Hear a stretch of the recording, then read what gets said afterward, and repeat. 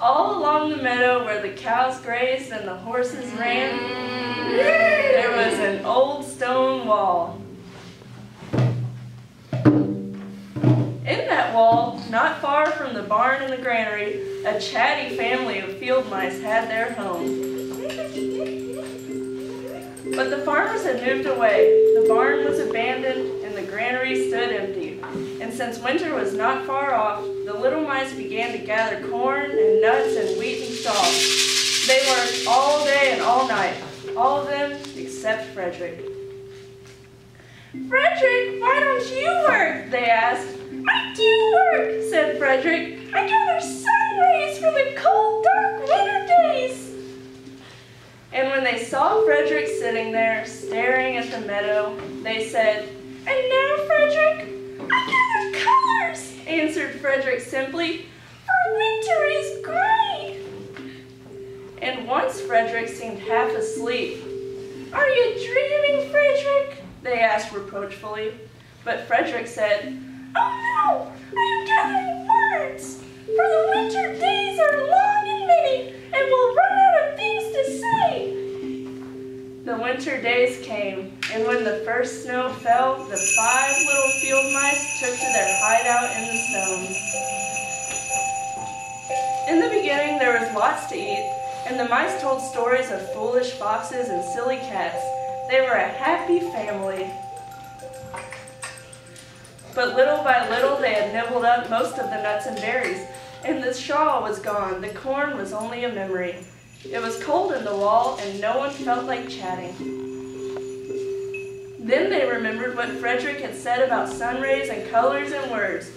"What about your supplies, Frederick?" they asked. "Close your eyes," said Frederick as he climbed on a big stone. "Now I send you the rays of the sun. Do you feel how their golden glow?" And as Frederick spoke of the sun, the 4 little mice began to feel warmer. Was it Frederick's voice? Was it magic? "And how about the colors, Frederick?" they asked anxiously. "Close your eyes again," Frederick said. And when he told them of the blue periwinkles, the red poppies and yellow wheat, and the green leaves of the berry bush, they saw the colors as clearly as if they had been painted in their minds. "And the words, Frederick?" Frederick cleared his throat, waited a moment, and then, as if from a stage, he said, "Whose drops snowflakes? Who melts the ice? Who spoils the weather? Who makes it nice? Who grows the 4-leaf clovers in June? Who dims the daylight? Who lights the moon? 4 little field mice who live in the sky. 4 little field mice like you and I. One is the spring mouse who turns on the showers.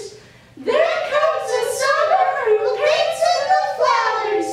The fall mouse is next with walnuts and wheat. And winter is last with little cold feet. Aren't we lucky the seasons are 4? Think of a year with 1 less, or 1 more." When Frederick had finished, they all applauded. "But Frederick," they said, "you are a poet." Frederick blushed, took a bow, and said shyly,